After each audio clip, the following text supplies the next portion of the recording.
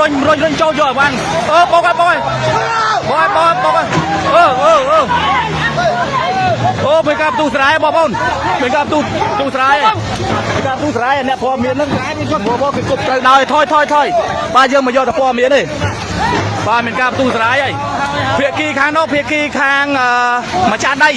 បាទតាមការអះអាងរបស់អ្នកជួលហើយភាគីនេះខាងក្រុមហ៊ុន Momo Farm ដែលគាត់រើយកបានមកគាត់បាទឥឡូវនេះមានការបន្ទុះស្រ័យហើយបាទដាច់ខ្សែភ្លើងដៃអស់ហើយខាងនេះខាងអាត្រាអ្នកជួលគាត់ទៅយកអីវ៉ាន់នៅក្រោយខាងនោះខាងបិទអូរុញហើយនោះអាយស្កាមកទប់ហើយបាទអូខាងនេះខាងអ្នកជួលដីខាងអ្នកជួលដីរុញបាទអូប្រើហង្សាឡើយបាទបន្ទុះស្រ័យអាត្រាពីរនេះគាត់បិទដី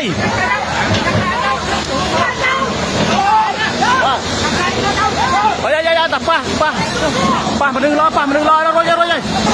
ឡរុញកាត់ខាងซ้ายបាទ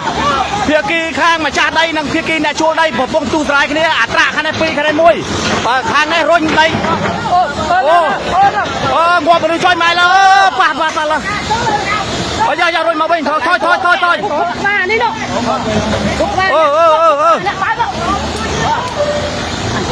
បាទមានការបន្ទុះស្រ័យបាទអាត្រាខាងនេះខាងអ្នកជួលដីគាត់ទៅយកអីវ៉ាន់ឃ្លាំងគាត់ក្រោយបាទយើងអ្នកព័ត៌មានយើងមកទទួលតែព័ត៌មានទេបាទមិនអាចកាត់ថាខាងណាខុសខាងណាត្រូវទេខាងនេះរុញចូលយកអីវ៉ាន់ប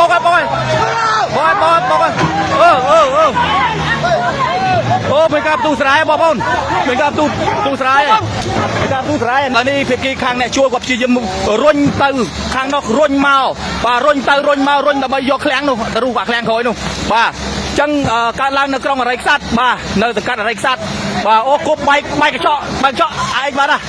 តែមានការគប់គ្នាអូសាហាវមែនតើអូដុំស្មោះហោះមកចោះយ៉ា